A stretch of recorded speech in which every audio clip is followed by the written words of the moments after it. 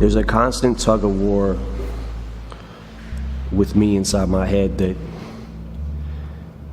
how am I supposed to be? When I hear people say they miss the old Eminem, and then I do the old Eminem, people go, oh man, he's too old to do that.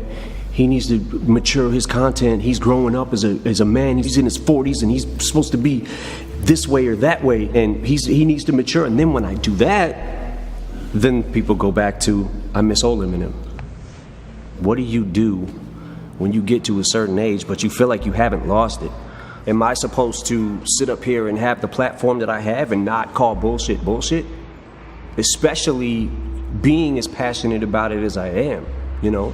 This is real shit that's been going on in our country for so long, and the reason that I'm head down on the fucking cover is because I feel like, yes, we've made some strides since the 50s and 60s and 70s. That's great, but we have not come far enough. It makes me realize, fuck, we didn't come as far as I thought we did. And that's why I feel disgusted in a country that I love. You know what I'm saying? Like, I was born here. This is all I know. This is, you know, my opinion, the best country to live in. But you can't ignore the bullshit that goes on.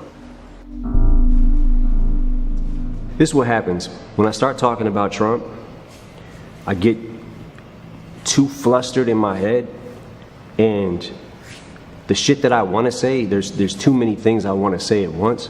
So sometimes I start talking and I'm not able to convey the message the right way because I just get flustered and frustrated. Watching him play to his base that thinks that he cares about them, and it's actually the people that he cares about the fucking least. If you're talking about his core being, you know, a majority white middle class, what I don't understand is how in the fuck do you feel like you relate to a billionaire who has never known struggle his entire fucking life?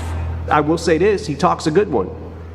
And if you're in his base, you're a core, let's say you're going to the rallies or whatever, you watch him on TV, you hear him talking this shit, there's part of me that understands, like, all right, he's somehow still got them because he's brainwashing them into thinking that something great is gonna happen. Nothing's happening. Nothing is happening. I don't know, man. I get really flustered when I talk about it.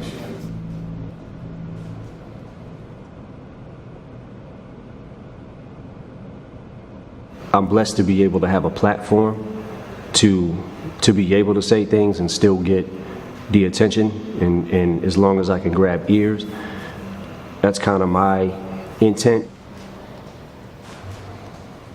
One of the things that's happened to me over the years is rapping gets harder, but rhyming gets easier, if that makes any sense.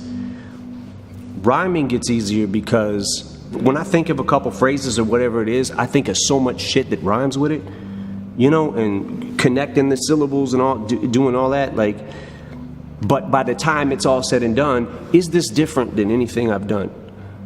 But when I say rapping gets harder, is because the further along you get in your career, there's less places to go that you haven't been. This generation of rappers that are in the game established and rappers that are coming up, one of the things I think that it's important that they take from people like me, Jay-Z, is to see how long someone can actually go for. Jay is a good guide because he's a guide for, it's almost like he can see what's going on in hip-hop. He's very in tune with the times, and then he does something his own way, and then other people follow it. One of the things I'm very aware of, I think, and pretty in tune with, is I know that with me the rage isn't there.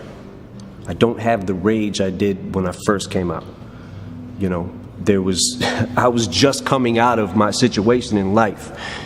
You know, so I was salty about a lot of shit and had a lot of rage and just said whatever was on my mind. The rage might not still be there, but the passion is the exact same as it's always been. There's a lot of fucked up shit going on, and we are going to get past it in whatever amount of time it takes. I hope it's not long. And that's kind of where I'm at.